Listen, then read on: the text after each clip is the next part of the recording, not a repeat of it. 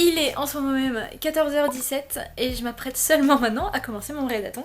En plus je le fais même pas le bonjour parce que je le fais dimanche, c'est n'importe quoi. En gros les règles c'est un peu adaptable en fonction de nos dispositions, de quand ça nous arrange, etc. Donc je dis à tout le monde c'est samedi mais si vous voulez faire dimanche ou lundi, parce qu'il y a des gens qui travaillent le week-end, tout ça, y a pas de problème. Et moi je dis à personne qu'en fait je le faisais le dimanche, pour que les gens puissent le faire le samedi tranquillement. Je suis en train de m'installer là. Et j'ai couru un peu partout ce matin parce que mes parents devaient venir me chercher pour me ramener chez eux pour les fêtes. Donc voilà, là on vient de manger et je vais seulement me poser. Je suis même pas dans ma chambre, je suis dans la chambre d'amis s'il vous plaît. J'ai plus de chambre chez mes parents, du coup je suis dans le grenier. Donc là il y a une échelle qui va dans le grenier, on adore. Et j'ai la couette de quand j'étais petite, une couette petit chaperon rouge. D'ailleurs c'est une couette une place. La dernière fois j'avais étonnamment très bien dormi avec, très bizarre. Et voilà, et donc je m'apprête à m'installer dans ce lit, et comme à chaque rédaton que je fais, ce sont des rédatons spéciaux lecture et sieste, parce que ça fait des mois que je suis en manque de sommeil, que je suis très fatiguée, et que j'aimerais profiter de ce genre de journée pour ne rien faire autre que lire et dormir. Donc voilà, mon rédaton, comme d'hab, je vais compter le nombre de pages et le nombre d'heures de sommeil que je fais. Sachant que là il est déjà 14h, donc je pense que je vais partir sur une petite sieste assez rapidement. Et en fait, ce qui est trop bien cette pièce, c'est que bon, c'est un peu le bordel parce que je vous avais déjà dit, je crois, mes parents ils ont déménagé il y a quelques années mais ils ont pas fini cette maison. Et là mon père vient d'installer toutes ses BD, donc il y en a jusqu'au mur là-bas. Donc si jamais j'ai envie d'un peu de graphique, il y en a par ici. Et comme d'habitude, je vais vous présenter ma petite pile à lire pour cette édition. Je pense partir sur un 10 à 12 heures, 12 heures grand max, parce que 2h30 je sais pas si je tiendrai jusque là. Quoi qu'il en soit, j'ai envie de lire le plus possible et j'ai hâte. Tout le monde est au courant. Personne ne va venir m'emmerder cet après-midi. Et voilà, et pendant que j'y pense, le prochain rédaton, je vais vous donner les dates tout de suite parce que je suis trop nulle pour faire des vidéos d'annonce. Donc ce que je vais faire, c'est que je vais vous mettre le petit planning pour l'année 2019 juste là. Et comme ça, vous l'aurez. Pour le moyen mémotechnique, c'est tous les premiers samedis après le passage d'une saison. Donc le prochain, ça va être en mars, du coup, après le passage au printemps. Ce sera le samedi 23 mars. Et l'été, ce sera le 22 juin. Ok, donc du coup, vous serez au courant. Du coup, ce que j'ai prévu, c'est de lire, d'abord de finir ces deux bouquins. Tout d'abord, Ash is Falling for the Sky de Neil Gaiman et Mathieu Guibé. Il me reste juste la fin que je me suis gardée exprès pour aujourd'hui parce que j'avais beaucoup de choses à en dire et je voulais vraiment vous en parler. Ça se lit super vite et super bien. Et là, j'ai même un petit post-it parce qu'il y a une phrase que j'ai beaucoup aimée. Où est-ce qu'elle est? Je vais vous la lire. C'est « Dans la vie, on n'a pas le temps de regretter d'être con, on a juste quelques occasions de plus pour cesser de l'être. » Et j'ai trouvé ça très pertinent, et je pense que je vais la ressortir à des gens qui en ont besoin. Je voudrais aussi terminer Arcane, le tome 2 de Pierre Bordage. J'ai pas la couverture parce que j'ai pas envie de l'abîmer parce qu'elle est hyper belle. Il me reste environ 60... même pas. Moins de 60 pages. Donc il me faut un peu plus d'une heure je pense pour le lire parce que c'est écrit tout petit, c'est super long. Je suis contente de terminer cette saga, il me semble que c'est juste un diptyque et qu'il n'y aura pas de tome 3, je suis pas très sûre. Dans le doute, on va dire que c'est la fin. Hein, et voilà, donc c'est long, ça prend vraiment du temps à se mettre en place, je suis contente d'arriver à la fin. J'espère d'un côté qu'il n'y aura pas de tome 3 parce que pour moi ça a été un peu trop long ce tome là. Il y a beaucoup de descriptions qui servent pas à grand chose et on va pas directement au point et c'est ce qui m'embête le plus. J'aimerais aussi relire Monster le tome 1. J'ai commencé ma relecture. En fait là, jusqu'à la fin de l'année, je suis en mode vidage de pile à lire pour qu'en janvier je puisse continuer mes sagas. Et j'aimerais beaucoup continuer Monster parce que j'ai lu que les 3 premiers tomes de cette édition, je crois qu'il y en a 9. Et là, j'ai même pas encore relu jusqu'ici, donc en fait j'ai encore tout ça à relire, donc ça va être cool. Je suis plutôt contente et je vous en parlerai de toute façon un peu plus tard. Et il y a 2 livres que j'aimerais lire. C'est Un si petit oiseau de Marie Pavlenko. J'avais adoré Je suis ton soleil de la même autrice, et c'est du jeunesse, c'est écrit gros. Il y a un interligne de bâtard, du coup ça va se lire super vite. Je suis super contente de l'avoir, c'est vraiment une super autrice et je l'adore, et j'ai envie de lire tout ce qu'elle a fait. Et 10 jours avant la fin du monde de Manon Fargeton, c'est du jeunesse apocalyptique, et j'adore ce genre de bouquin. Donc je pense que ça va se lire vite, les chapitres sont pas très grands, c'est écrit gros, il y a beaucoup de pages, mais je pense que c'est juste une fausse briquette. Et j'ai super hâte de le commencer parce que Manon Fargeton, j'ai juste lu Les Illusions de Savloir avec les sorcières et tout, et là c'est un truc complètement différent. Je passe en mode allongé, vous imaginez bien que la première sieste est également imminente. Voilà. Et aussi, je vous ai pas dit, mais je pense que ça va être un huis clos ce vlog. Au pire, il y aura peut-être j'irai peut-être faire un petit tour avec Jinju un peu plus tard, mais sinon voilà, ça va être un huis clos de 12 heures, moi enfermée dans cette pièce avec mes bouquins. en train de lire.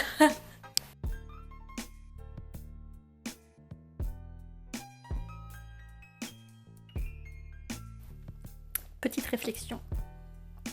Moi, quand j'ai faim, je le sais, je le sens. Quand je me réveille et que j'ai faim tout de suite. Dans beaucoup de bouquins, il y a souvent des lignes qui disent « Machin machin se rendit compte qu'elle avait faim ». Mais non, mais quand t'as faim tout le temps. Tu te rends pas compte que t'as faim. C'est un état d'esprit, c'est un fait. Je sais pas, moi je sais que je suis quelqu'un qui mange beaucoup, très régulièrement, et qui a tout le temps faim. Je le sais que j'ai faim. Mais dans un bouquin, bon, peut-être qu'elle avait autre chose à faire, puisqu'ils sont en pleine guerre là, mais tu te rends compte que t'as faim. Non, je sais pas ce que vous en pensez. Moi je sais que quand j'ai faim, je le sais. Je m'en rends pas compte. La faim est là, elle est présente. Elle me ruine. Ça fait 1 heure que ça a commencé, il est 15h35. J'en suis à la page 444. Ça veut dire que j'ai lu genre 20 pages en 1 heure parce que je fais que dormir. La première fois, ça a été un peu dur parce que je tenais encore le livre et je me suis fait mal parce que je m'endors en fait en tenant le livre à la bonne page et du coup ça me fait mal au poignet. Et là, je me suis effondrée encore. Je sais pas. C'est pas le livre qui m'ennuie, hein. Il y a beaucoup d'action, il se passe beaucoup de trucs. C'est juste que je suis très fatiguée. Alors les gens, dormez. C'est bien plus important que tout le reste. Faites attention, couchez-vous tôt. Et dormez suffisamment toutes les nuits. Il me reste 10 pages à lire. Et plus j'avance, plus j'ai l'impression qu'il y aura un 3e tome. Parce que franchement, je vois pas comment on peut résoudre tout, absolument tout ce qui est en train de se passer en 10 pages. Oh non, je voulais pas. Bon, j'ai parlé un peu trop vite. J'ai terminé le bouquin et j'ai lu tout pile 60 pages. Et ça se termine. Donc c'est un diptyque. S'il y a une suite, ce sera une autre histoire. J'en avais parlé il y a un moment, mais j'avais beaucoup aimé le premier tome, malgré le fait que c'était une histoire très dense et très longue à lire. Et le 2e tome, je pense que c'est son défaut, c'est qu'il est trop long à lire et que tout se résout, comme je vous ai dit tout à l'heure, en 10 pages, alors que ça se passe sur des mois, et tout le 2e tome, ça se passe sur une trentaine de jours. Et c'est long, et les moments qu'on attend, ils arrivent hyper lentement. Il y a 2 personnages conscients en particulier qui doivent enfin se rencontrer, et il y a tout qui se fait au dernier moment, et c'est trop dommage parce qu'on aurait trop pu avoir autre chose, d'autres bouts de l'histoire, peut-être la suite ou quelque chose comme ça, plutôt que ce chemin qu'ils ont pris et passer d'un étage à l'autre de la cité qui prend 3000 ans et 4 chapitres à chaque fois. Enfin, je pense que ça aurait pu aller beaucoup plus vite. C'était assez éreintant ce 2e tome, je vais pas vous mentir. C'est le 1er tome, j'avais trouvé ça sympa parce que c'était un peu passionnant, il y avait un monde et tout. Là, on est dans des endroits qu'on connaît déjà, qu'on visite pas pour la première fois, et il se passe toujours la même chose, c'est lent, très très lent. Donc voilà, si vous aimez beaucoup la fantasy très lente, je vous recommande de jeter un œil à ce bouquin. Autrement, si vous aimez l'action, quand il se passe des choses épiques, je pense que ça vous intéressera pas forcément. Voilà, donc c'était pas fou pour moi ce 2e tome, je suis un peu déçue, je vous avoue, surtout que j'aimais beaucoup les personnages. Et que je suis déçue qu'il se passe rien pendant littéralement 420 pages, et que c'est dans les 30 dernières que tout se joue, et je trouve ça trop dommage. Surtout dans les 10 dernières, je vous ai dit tout à l'heure, les 10 dernières, j'avais l'impression qu'il y aurait un tome derrière, tellement c'était le bordel. En fait, bah non, c'est terminé. Voilà, donc 10 pages, ça suffit. Donc là il est 16h15, donc je vais aller me chercher à manger. Et je vais enchaîner, je pense, avec Ashes Falling for the Sky, parce que j'ai très très envie de le terminer. Et lui, je sais que ça va aller beaucoup plus vite, parce que ça fait quasiment 2 heures du coup que je lis, dors à moitié. Et Ashes Falling for the Sky, je pense que dans 1 heure, bon, c'est expédié. Et j'ai hâte de vous en parler en détail. Jinju, t'es allée dans le parc. C'était bien. C'est bien de se rouler dans le caca des autres animaux. Bah oui, hein, t'as l'air d'apprécier. Ouais, c'est ça, ouais.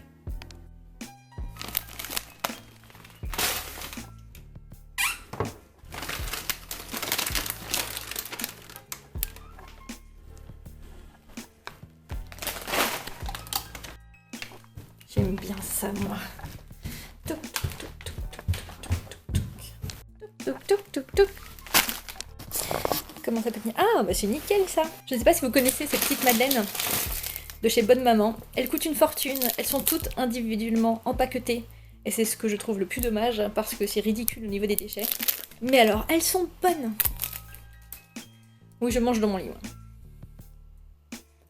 Elles sont bonnes. Bon, du coup...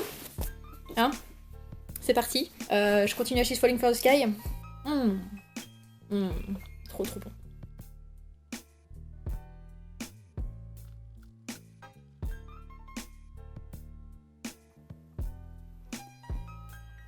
Je m'étais arrêtée à une scène de cul.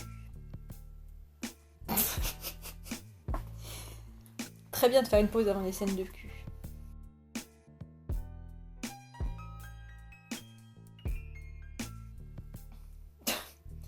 Une vague de chaleur me submerge au point que je me demande si j'ai bien éteint le grill. C'est pas très poétique cette phrase. Je viens de terminer Ash is Falling for the Sky. Donc là-dedans on suit Ash et Sky, un réseau de chapitres interposés plus ou moins, c'est pas toujours très régulier, qui vont se rencontrer et comment dire ça, s'apprécier, il va se passer des trucs entre eux, mais ils sont tous les deux très torturés par leur passé, on va apprendre ce qui s'est passé dans leur vie. Ça se lit très bien, ça se lit très vite, comme les romances que j'apprécie lire de temps en temps. Il y a des défauts, il y a des clichés, et ce que j'ai bien aimé, c'est qu'en fait, quand tu lis ce qu'en disent les auteurs, donc Nin Gorman et Mathieu Guibé, c'est que c'est totalement... comment on dit? C'est quoi le mot? Je vais bouleurguer. Oh, je suis nulle. En gros, ils sont au courant de leurs propres clichés. C'est ça qui est marrant. J'ai bien aimé les personnages, même si Sky, de temps en temps, elle était un petit peu insupportable. C'était plus vers le début du livre, vers la moitié aussi.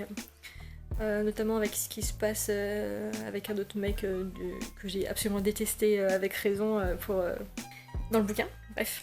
Et j'ai bien aimé la fin, notamment parce que c'est... Je m'attendais pas à ce que ça termine comme ça. Et j'ai été agréablement surprise. Donc c'était plutôt chouette. J'ai bien aimé ma lecture. Ça s'est lu assez rapidement. Voilà. Donc moi... Enfin, genre, j'ai arrêté le bouquin et je suis en train de me dire, est-ce que je vais sur Wattpad pour commencer à lire la suite que Nin a commencé à poster sur son compte? Ou pas? Déjà, je vais pas le faire maintenant, mais est-ce que je vais le faire dans le futur? C'est possible. J'ai aussi mangé 4 madeleines, donc je pense que je vais m'arrêter là. Je sais pas trop par quoi je vais continuer. Est-ce que je fais Monster ou est-ce que je commence un des deux autres bouquins? Je ne sais pas. Je me tâte. En vrai, ça fait juste une demi-heure que je traîne sur les réseaux sociaux et j'ai pas avancé, j'ai pas choisi ma lecture. J'ai juste fait Facebook, Twitter, Instagram, envoyer des messages à mon copain. Et c'est tout. Voilà, donc c'est bon, je me motive, on y va, ok. Je pense que je vais commencer Un si petit oiseau, parce qu'il est plus court et qu'il écrit plus gros. Et je veux voir à quel rythme je vais pouvoir avancer. Et surtout que j'avais tellement aimé Je suis ton soleil de Marie Pavlenko. Je veux absolument savoir de quoi ça parle, surtout que j'ai toujours pas lu le résumé. Je vous le mets là au cas où si vous avez envie de lire et d'être plus précis que moi. C'est pas un résumé, ça c'est une citation. Et bah tant pis pour vous.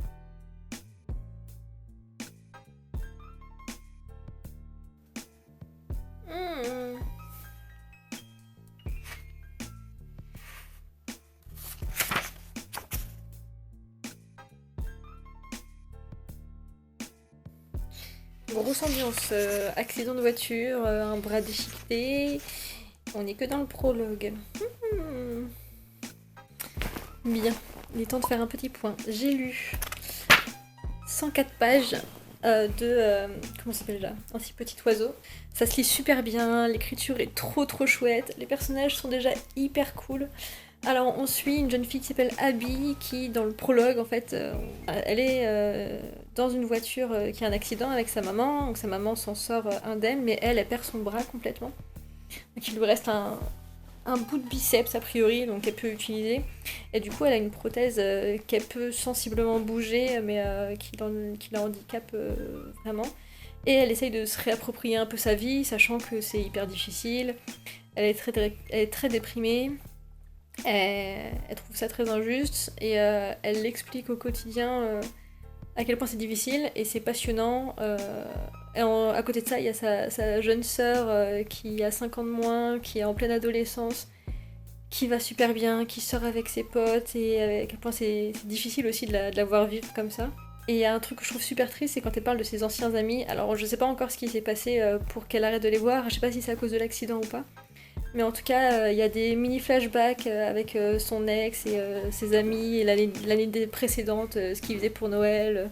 pour le nouvel an, etc. Alors que là, elle est absolument toute seule et qu'il n'y a personne qui vient la voir. Et il y a des paquets un peu mystères qui arrivent et on lui envoie des livres de Blaise... Blaise c'est... je sais plus son nom. Bref, on lui envoie des livres d'un auteur qui a un bras en moins également, qu'il a perdu pendant la Deuxième Guerre mondiale ou quelque chose comme ça. Et en fait, ces livres, ils résonnent beaucoup en elle. Elle en a reçu 3 et on sait pas qui lui a envoyé. Donc c'est un grand mystère, je vais voir ce qui s'est passé. En fait, j'ai vraiment l'impression de retrouver Je suis ton soleil, dans le sens où Marie Pavlenko, elle fait vraiment des personnages hyper réalistes. Là, on voit Millie, donc la sœur d'Abby, qui pourrait complètement exister. La tante de Abby, qui s'appelle Colleen, qui est juste géniale, alors que ça fait que 100 pages qu'on la voit. Sa mère, qui va pas bien non plus, parce qu'elle était dans la voiture et elle donnerait tout pour être à la place de sa fille, et son père qui fait tout pour aider le quotidien de sa fille en lui faisant des petits bricolages pour améliorer son quotidien. Ça parle beaucoup de handicap et surtout des relations entre les personnages et c'est hyper intéressant. Et super bien écrit, ça se lit vraiment super bien. Donc je sens que je vais le continuer jusqu'à ce soir, j'ai très envie de savoir ce qui va se passer et comment Abby va se réapproprier un peu sa vie parce que c'est un peu de ça dont il est question. C'est génial, voilà, je suis trop contente. Marie Pavlenko, je l'adore, je suis hyper contente d'avoir son nouveau bouquin et c'est vraiment une autrice que je vais suivre de près parce qu'il y a aussi La fille sortilège que je voulais lire, donc c'était un livre qu'elle a sorti en 2017 je crois, qui est dispo, qui me donnait très envie, donc voilà, ça va être une de mes valeurs sûres pour du jeunesse. Si je vous ai pas dit, j'ai un peu peur parce que ça fait 1 heure que je suis comme ça avec mon bras, et au moment où je vais bouger, j'imagine les fourmis que je vais me taper et la douleur qui va arriver dans mon bras, ça va être horrible. Et je pense à ça depuis 10 minutes, et rien que pour ça, j'ai pas envie de bouger. Parce que je sais que ça va être terrible. Pour l'instant, je sens rien, donc ça va. Quand il faudra bouger pour aller manger, ça va être un cauchemar. Obligation familiale. Je me dois de descendre, socialiser et parler avec des gens pendant environ 1 heure dans le but de manger. Alors oui, j'ai pris mon goûter, j'ai mangé des madeleines, mais il semblerait que prendre un repas est encore une chose qui se fait en 2018. Et on m'attend. Et je dois parler avec des gens. Souhaitez-moi bonne chance. La sociabilisation s'est très bien passée. Mais bon, du coup, j'ai perdu un peu de temps. Là, je vais lire non-stop Un si petit oiseau, et ma prochaine mission ce sera de sortir Jinju. Ça se passera juste vers 22 ou 23h je pense. Et après il n'y aura plus qu'à finir la nuit sur les autres bouquins que j'ai envie de lire quoi. C'est parti. Je vous ai pas dit mais il y a un personnage que j'aime beaucoup qui apparaît un tout petit peu après le début de l'histoire et qui prend une place un peu plus importante dans la suite. Et il est hyper chou. C'est un mec qui s'appelle Aurel, qui est vraiment juste adorable, archi parfait. Donc voilà, je pense que je suis en train de lentement craquer pour ce mec qui essaye de donner du bonheur à Abby. 22h06, donc ça fait 8 heures, un peu moins de 8 heures que je lis. Je viens de finir Un si petit oiseau. Comment vous dire la merveille que c'était fantastique, j'avais pas envie de m'arrêter, je suis tombée amoureuse de chacun des personnages. Ils étaient tous juste parfaits. J'ai adoré la sœur, j'ai adoré le père, j'ai adoré la mère, j'ai adoré la tante, j'ai adoré les 2 personnages principaux. J'ai adoré ce dont ça parlait. Donc c'est un mix, l'histoire entre handicap, oiseau, chaton, histoire de famille. Et c'était juste trop bien. Alerte à la pépite. Et ça les vaut carrément. Je suis trop contente de l'avoir lu. Marie Pavlenko, décidément. C'est vraiment du bon livre jeunesse. Je suis tellement contente d'avoir eu l'occasion de le lire, surtout qu'il sort là, je crois que c'est le 2 janvier. Je suis ravie. C'était génial, fantastique. Et petit bonus sur le fait que les parents de Abby ont le meilleur surnom du monde pour elle. Ils l'appellent Pruno. Et je trouve ça tellement mignon, je pense que je vais adopter ce surnom pour Jinju. Jinju qui d'ailleurs m'a rejointe dans le lit, qui a été lavé et qui ne sent plus le caca dans lequel elle s'était roulée dans le parc. De temps en temps, elle arrive à profiter d'être propre et elle le vit plutôt bien. Hein Jinju ?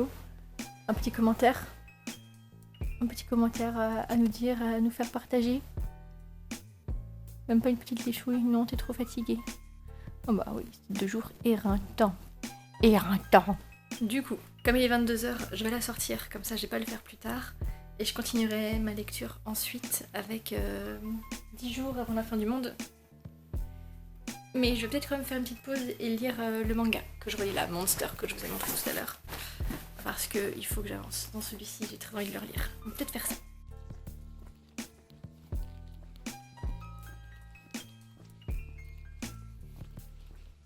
Aidez-moi s'il vous plaît. Jinju, pourquoi t'avances pas? Go. On y va. Allez. J'aime pas la pluie. J'aime pas. Je déteste. Help. Help.